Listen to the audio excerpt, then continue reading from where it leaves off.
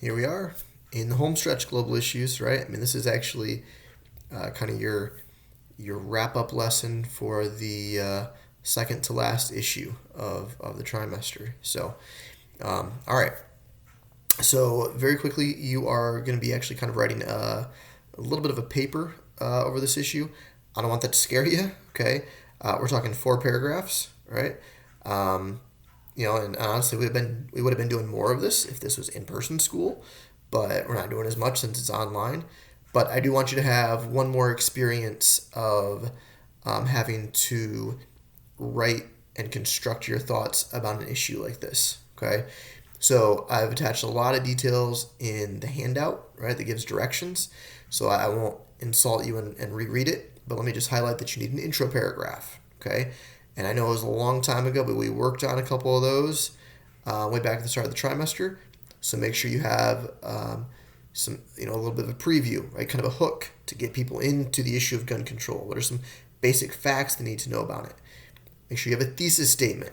What do you think about gun control and gun rights? And then make sure you preview, that you could be attached to your thesis statement or a sentence right after it. Preview your main idea or main points. Now, that's your first paragraph, right? The other 3 paragraphs of your paper is 2 of them are going to be your 2 best arguments, right? What are the 2 main points you want to make in terms of what gun control should look like in America?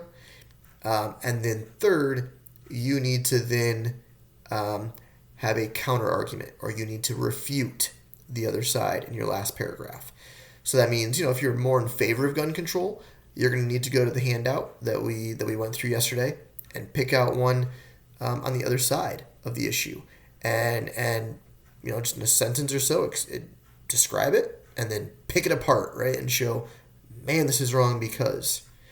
Okay, so again, you can feel free to use the arguments that you were familiar with, hopefully from the handout from yesterday, or any other argument that you've heard on the other side of the issue. Okay, but remember, this is about perspectives. So again, I want you to not only in this paper show your side and what you think in 2 main paragraphs, but also think about, well, what does the other side think, and why do I disagree with that, right? What do I feel is wrong about that?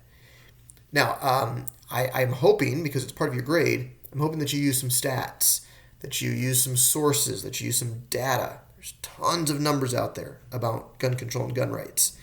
But, we haven't really had time or been able to really work on like MLA formatting and citations and all that. So all I ask is, at the end of your paper, just include a hyperlink or include the name of websites where you got specific stats or facts or data or numbers, right, that you used in your paper. Okay, it doesn't have to be real formal or official, but just give me a quick list of the websites that you went to. Okay, that's all I'm asking for. Again, this is really your last big kind of written assignment of the trimester. We have one last issue to go, but hey, let's finish strong, right? And again, these are still controversial topics, so it's valuable for you to again begin to think about, well, what do I personally really think about this topic? All right, good luck. Again, if you've got questions, feel free. Right, I'm always available during the school day.